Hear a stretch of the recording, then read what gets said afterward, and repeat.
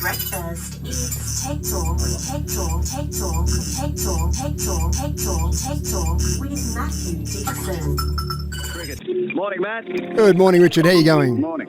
I was just talking to Matty Wright from the Rhinos. Axis is up there, could be up there for a bit of a pat on the back in February, Rhinos. Oh, good, yeah. So we've made a finalist in at least one category. I'm not sure which categories at this stage, but yeah that's good. Yeah, a head with a head. That was the category, I think it was. Right. Best head. Visual head.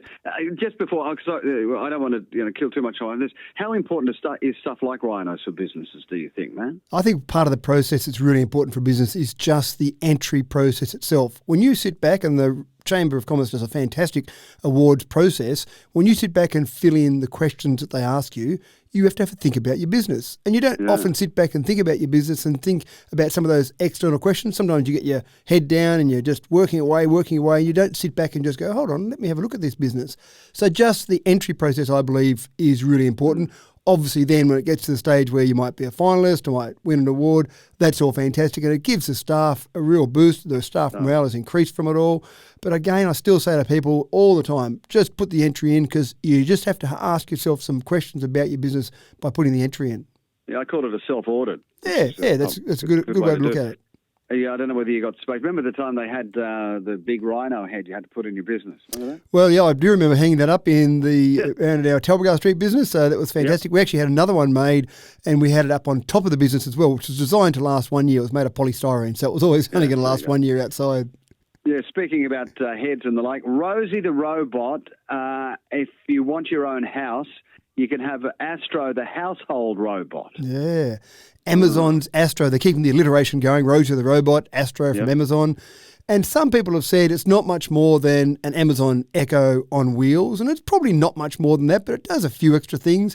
If you're a bit concerned, if you're a bit anxious, for example, and you've left home and you think, did I turn the iron off, or did I turn the gas off on the stove?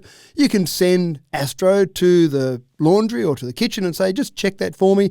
And it's just it's very short. It's only probably about 40 centimetres high, but it's got a periscope that pops up. So it pops up to over a metre. So it can come and check, for example, the stove and see if everything's turned on there, or it can go and check your iron. And if you think maybe you've got a home security system and there's an alarm going off, you can send Astro in and say, go and check the bedroom for me, go and check some part of the house for me. Is it on wheels or what? It's on wheels, so it only works on single-storey homes. It can't negotiate stairs. It can negotiate little bumps, but not stairs. Get it onto I like to see it tumble down a staircase. That'd be funny.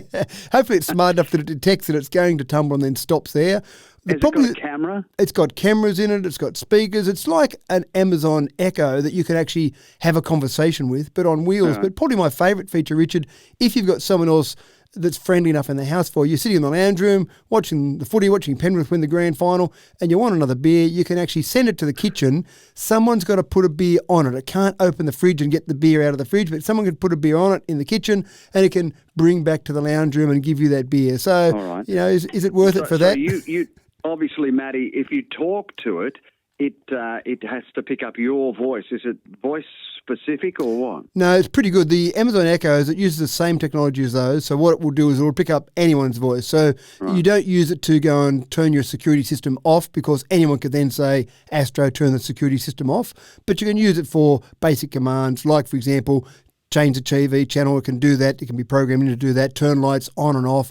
All those sort of things you can do with Amazon Echo. But you can also... memory? It's got really not memory per se, but you've just got to be careful. If you're worried about security, all of these commands that you're giving it are not stored locally. They're all basically going through an internet connection. So it's going to a server somewhere, and those commands are processed there. So it's not that intelligent. It's really just so processing that means it can be elsewhere. hacked. Yeah, anything that's connected to the internet can be hacked, unfortunately. Yeah, that's right. So you could have someone... If you give it your secrets or a combination or a password, someone could hack into it. Can it be hacked to commit atrocities? Well, I suppose about as atrocious as it would get would be to run into you. So Astro, go and bump into my leg is about as far as you could go with it. Turn lights on maybe, turn TV on maybe, waste a bit of electricity, but I don't know that it could do anything more severe. It can't get a knife out of the kitchen and go and slash someone's wrists or something. So, But what about sharing your secrets to someone who hacks? Yeah, anything that you've got stored in Yeah, your there you go accounts, again, yeah. then yeah, absolutely. So that's the thing. Nothing is unhackable. So just make sure you've got really good security in terms of your passwords and what you're doing with it. So nothing's unhackable, but you just take precautions, I suppose, and make sure you've got as much in there as security as you can. Yeah. Is it portable? If you pick it up and put it in the car and take it somewhere else, yeah, but it can't really go and say, come for a jog with me, because it's not able to hand rough terrain.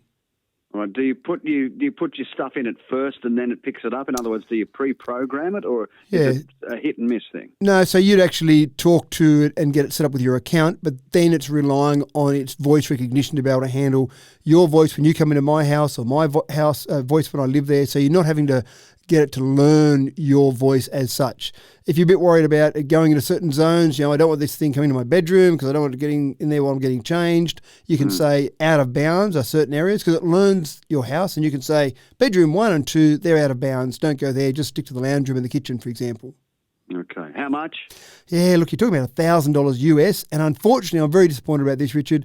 You can't get it in Australia yet. It's really a test from Amazon. After all that. But if it goes well in America, if the sales go well, they'll release it internationally. Yeah. It's really just to say, hey, we can make these robots.